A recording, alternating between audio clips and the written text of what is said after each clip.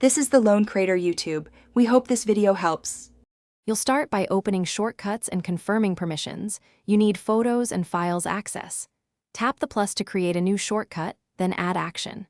Search for Open App and choose the app whose icon you want to change. Once done, tap the 3 dots to name the shortcut. Use the app name to keep things clear. Make sure to tap Add to Home Screen next. That's the next actionable step, so don't pause until you see the preview.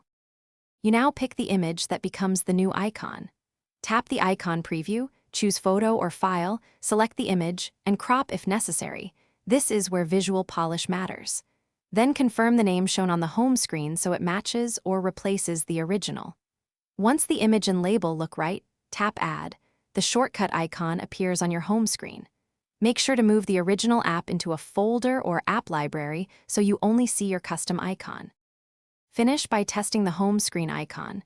Tap it and confirm the app opens directly. If instead it opens shortcuts, go back and ensure you use the Open App action and that Allow on Home Screen is enabled. Once done, hide the original app to avoid duplicates. If the icon looks blurry, replace the image with a higher resolution PNG and repeat the add process. Remember, replacing images or permissions fixes most issues quickly, so don't panic if it misbehaves. Thanks for watching. Consider subscribing if we helped you.